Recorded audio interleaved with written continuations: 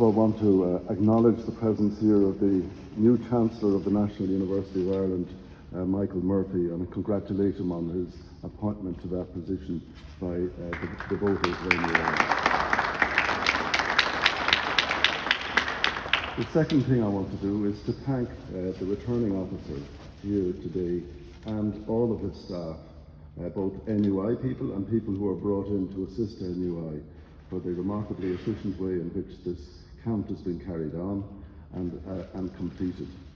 And I really do appreciate the hours of really hard work which have been put in to making sure that this election was efficiently and transparently conducted from the beginning to the end.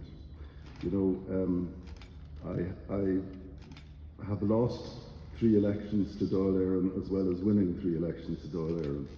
And I want to say to those people who weren't elected that I know how it feels, and I want to encourage them to continue to participate in the electoral life of this country and not to be discouraged by one selection, which in the last analysis is not a reflection on those who lose, but it's the choice of a group of people who constitute the voters.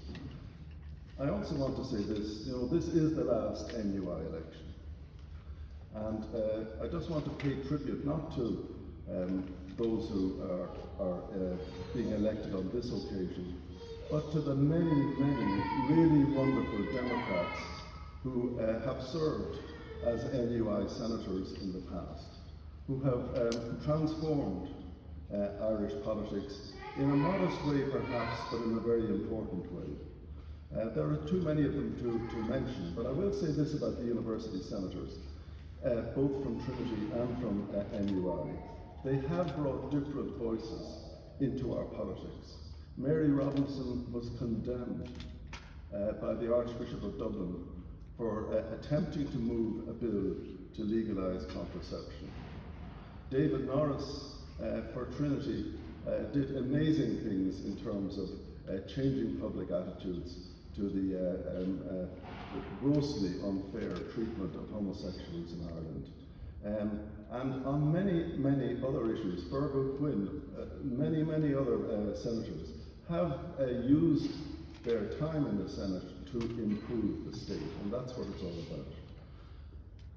I did stand on a ticket, and I think it's worthwhile reminding ourselves of this, a ticket for reform of the Seanad. But the graduates who are a small group of people, those who are registered, can have an important influence in Irish politics. Why not give everybody in Ireland, the right to select some people in the cultural and educational sphere, the agricultural sphere, the industrial and commercial sphere, the administrative sphere, and the labour sphere? Why not give ordinary people who do not have degrees the same rights as ordinary people who do have degrees? What's wrong with that idea? What is there to fear? And when you look at the Senate, its powers are quite limited. It can only delay legislation for 90 days. The government is not threatened by losing votes in the Seanad, as we discovered when between 2016 and 2020, the minority government were beaten on a number of issues, such as, for instance, the Occupied Territories Bill.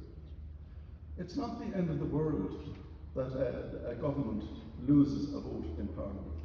And our democracy has to mature to the extent that total domination by party groups doesn't suppress democracy.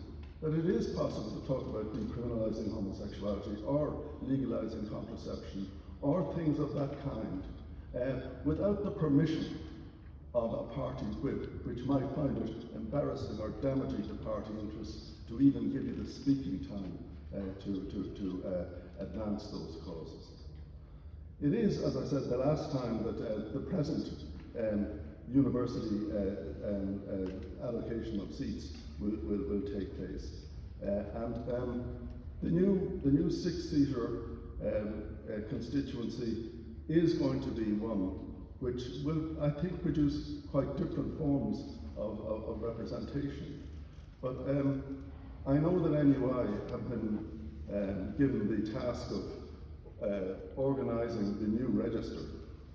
But I mean, and I know too that it has come at exactly the wrong time, since they're trying to conduct this election at the same time as being party to the creation of a new register. And I hear that maybe 60,000 people from all of the graduates in Ireland have already indicated their willingness to be signed on the new register.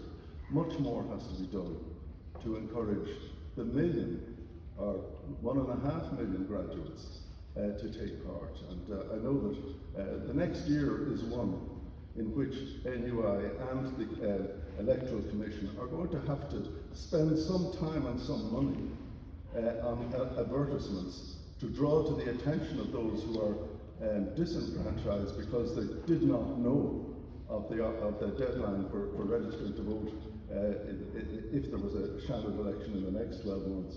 But they did not know that they were failing to be included. It's about time that as much money was spent on telling people to vote in this particular election as was spent in the last general election, encouraging the general citizenry to participate as well.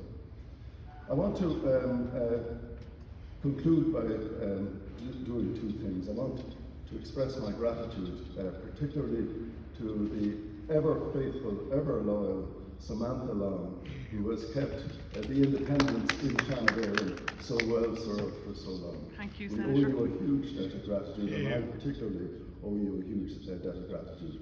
I want to thank my family, obviously, for the support that they have given me. I want to thank all of the friends who gave me encouragement, and I really do appreciate what they have done. But most of all, my thanks today are due to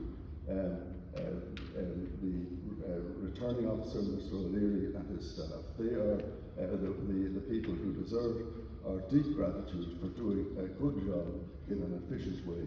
And I think the best I can do to compliment them is to bring my remarks to a timely conclusion and let them get about their ordinary business. Thank you very much indeed.